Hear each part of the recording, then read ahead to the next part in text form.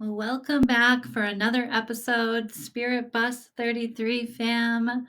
Jyotishamara here. Once again, excited to take a little trip with you, expanding our consciousness, learning how to become our favorite versions of ourselves, living more in the now, all while embarking on this wild, wondrous earth experience. Join me each week-ish as we evolve together, exploring Toltec, holistic, interdimensional, Eastern, Western, spiritual minded thinking and practices.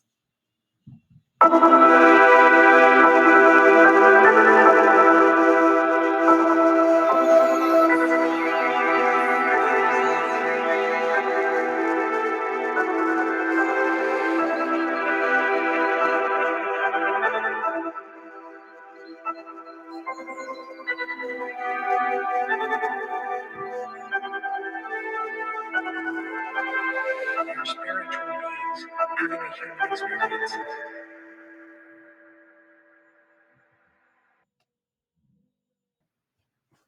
Happy now.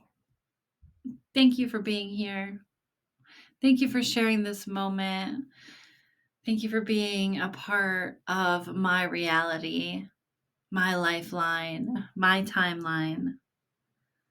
This earth experience, it is such a trip. For those of you that have listened to the last episode, the Nike versus Adidas example, the earth echo chamber, it gave me a good chuckle. So during the winter, I am blessed that the local area that I live in has an indoor dome. I'm thinking maybe all of the domes are indoors, but anyway, they have an indoor dome which allows the residents of the area to be able to walk during the winter. So I love it. It's one of my favorite ways to start the day. And it just kind of gets you going. It gets your energy ready. It gets you excited for the day. A body in motion stays in motion. But typically, though, the people that are there, they're not really acknowledging each other. You might get like a little head nod, a small smile, some kind of acknowledgement. But that's about it. But here came a lady, and I would categorize her as my elder. So I would pay a little bit more attention to be, polite, to be honoring my elders. And she had the biggest smile on her face. I mean, you had to smile back. Eye contact, the whole 9 yards. Biggest smile. With a hoodie on that said Adidas, really big, right across the chest of the hoodie. So then every lap that I went around, she was coming in the opposite way. Our eyes met, big smiles, and there it was, the Adidas, which reminded me to never forget the reason why I try my hardest to stay out of any us versus them mentality. So thank you, Source. Thank you, Reality, for giving me that. And that is interesting because this episode will go into receiving different signs from Source, from the universe, from your healed ancestors, whichever language you use. So here we go again. We're taking a journey through reality transurfing created by Vadim Zealand. These are not typical episodes. We're actually looking into a certain philosophy right now. So if you want to start episode 70, that's when we started to take this dive. But if you're here, if you're chilling, please like, subscribe, leave a comment, share. Again, this is like when someone does a podcast, it is an art studio, a verbal art, so to speak. So it's always so kind when people are interacting. And if you don't like it, move along. There is another art form out there for you, for sure. Okay, so a little recap from the last episode. Everyone has their own reality. Ours, yours, my reality, they all exist amongst one another's. When a person sits in negative emotions, they compromise elements of their reality. Our reactions play a big role in the energy of our personal reality. Being mindful of what information you take in is vital. Information can be loaded with negativity. Remember, information. Ignore, not avoiding. So, to begin this week's adventure, we return to the concept of the alternative space. Reminder, it's the space that holds all that is, was, can be. Like the quantum field, like the synergic field. Vadim shares that while our conscious mind is not always able to see the energy of this space, our subconscious mind can. This is where premonitions, intuition, prophecies, inventions, and work of arts originates, Vadim shares. So for any of you that have listened to my first ever episode, which I don't even think is on YouTube, I think it is on Spotify, I was told, not by words, but channeled energy, by feelings, by emotions, that I had to start this podcast right then, that day, and not waiting any longer until I felt like I knew what I was doing. And so looking at that from this philosophy, it came from the alternative space into my subconscious and then into my conscious awareness, or my subconscious and then my conscious awareness both tapped into the alternative space. I can make a case for either way.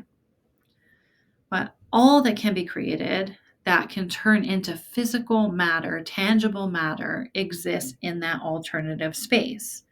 And it's ready to be tapped into. So the big question, how do we tap into it, right? Vadim categorizes the conscious mind as the reason mind, the logic mind, and the subconscious as the heart and soul.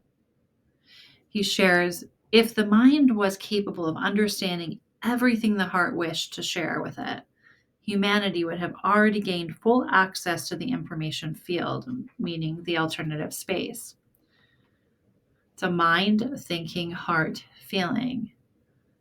So quiet the mind to be able to hear the heart. Vadim shares to do this is to cultivate a deep relationship with your inner guardian. Asking your inner guardian, your protector, the observer, your anchor, your guide, to witness your mind, feelings without the overwhelm. And then take action. The action is not fighting against the pendulums that drain your energy. That just makes them stronger. Attention, negative or positive, is attention. The action does not simply go with the flow, which then the person can be gently, passively playing along with the pendulums, but claiming not to. The action is intentional. It's present with intention. It's making intentional choices as often as possible. With this intention, we are better able to quiet the mind. We're better able to tap into our heart center. We're better able to connect with this alternative space. Vadim shares the alternative flow contains the solutions to all of our problems. The majority of problems are, in fact, artificially created by the mind. So when we're taking these action steps with intention, we are stepping one step at a time into the next best possible action step needed to create. To create what? To create our reality. To access this, mindfulness is needed. Not making the next best decision based on the logic mind, but moving forward with intention, with mindfulness. Through being present, through being heart-centered, we're able to observe signs all around us. We're not decoding them with the mind, but with the intuition. The more we observe, the more signs we see. Honestly, I don't think I have ever talked to any spiritual person that does not have some version of seeing signs in the reality. A little nudge that we're on the right track, some protection for our decision making. The more we lean in to learning from them, the more that it makes sense. I believe that episode 33, not sure if that's on YouTube, Spotify, or both, but it talks more about some signs. It's outside of the concept or the philosophy of reality, transurfing. Although many of my past episodes really do intertwine, really do have some similar energy to what Vadim shares, which really speaks to this alternative space, this quantum field, whatever name that you want to call it. All philosophies, spiritual paths, even traditional religion, it has commonalities that you can see if you study them all and you thread together what is common. It appears to me that the space, this intentional flow, the energy pool, this is where I want to be dipping into. All the rest of it, I wouldn't say all the rest of it, but the majority of the rest of it seems to me to perpetuate division. So then that seems to me that it would fall into more of being called a pendulum. And, if we are taking bits and pieces of this philosophy to try to be in better touch with ourselves, to try to be more harmonious in our lives, to try to be our favorite version of ourselves, then we wouldn't slide into anything that causes division. We wouldn't slide into anything that has this vibe of I'm right, you're wrong, type of thinking. Maybe even judging the I'm right, you're wrong people is a pendulum in itself. I'm sure it is. But you catch my drift. All right, 3-card drawing. We're doing one chapter at a time here, by the way. I'm going through Reality Transurfing. It's a dense book. I recommend if you enjoy learning about different philosophies, if you just enjoy spirituality in general, get the book, kind of go through it. It's definitely a good read, but one chapter is kind of enough information to do an episode on each, because you kind of have to go slow, wrap your head around it. So we'll probably be chilling with Reality Transurfing for a little bit. Well, maybe we're about a quarter of the way through. Okay, so 3-card drawing from the Osho deck. Good. These cards are good. First card, morality. This card really asks you to lean in. Where are you being rigid? Actually, do you know what? Check in for a second. Or if your shoulders are kind of up, tense, relax them. Whatever you're doing right now, do a little body scan. Where are you tense at? Like, kind of move that around. really getting any rigidity out of your body. So I invite you to do that. Second, look at places in your life where you are holding this all or nothing, black or white, good or bad, us, them, this kind of entitled superiority. We all have to check ourselves on it. I don't think that we come into this earth experience with this. A learned behavior for sure. But we get kind of doused with it early on. I mean, definitely we get into being, very, I don't know, we're dipped into the pool of comparisons very early. Second card, understanding. Having an understanding that we are unlearning. We are unlearning and relearning that we can fly out of whatever cage we feel like we're in. Literally. All through being intentional, heart-centered, that one step at a time, that really being able to tap in to our feelings, to our emotions, and really quieting the mind. And understanding that all of the limiting beliefs that you have about yourself, you didn't start with those. That, again, was somehow put into your fucking mind by other people that are just trying to figure this out too.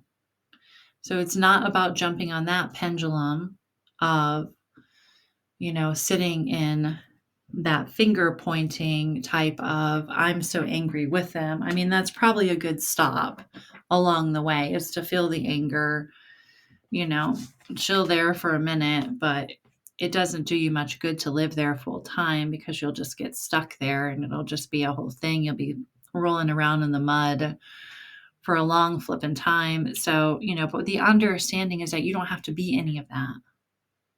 You don't have to be your trauma responses. You don't have to be your fears. You don't have to be those limiting belief systems. But only you can change things. You can have a lot of good mentors, a lot of good therapist, coach, whatever. But only you can change it. Only you can rewire your system by taking those action steps, one step at a time, even when we don't want to do it. Last card just makes sense. Clinging to the past. So release the past. And Vadim shares that a lot too. There's nothing you can do with the past. It's already been gone. It's already done. There's no work that you can really do there. If you want to try to figure out the whys, it's endless. And sometimes that does give people some kind of, gives them, some kind of peace or understanding, but then you still move on to the action steps.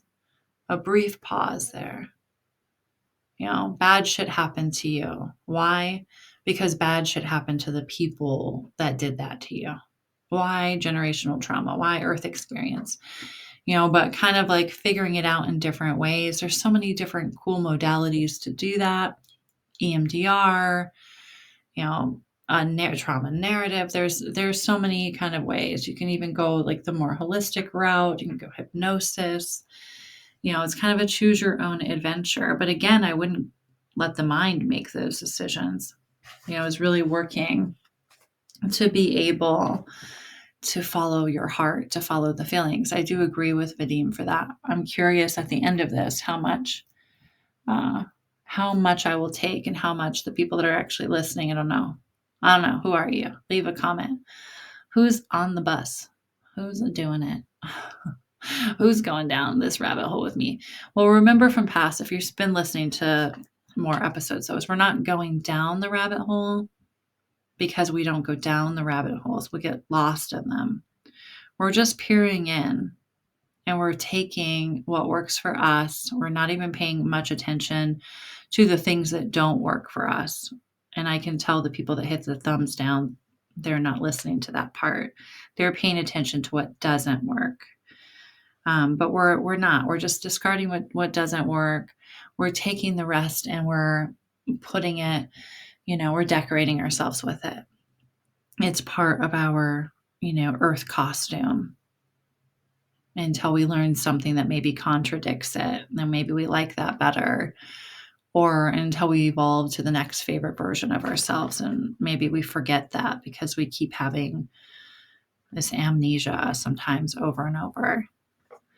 But okay, so releasing negative, rigid thought processes, realizing that you're limitless, and moving away from being stuck in the past. Again, thank you for chilling with me. Appreciate you.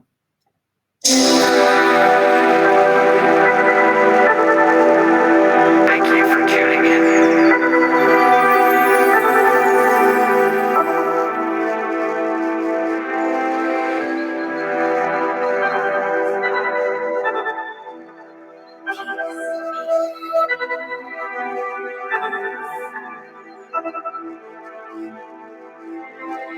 Your spiritual beings having a human experience.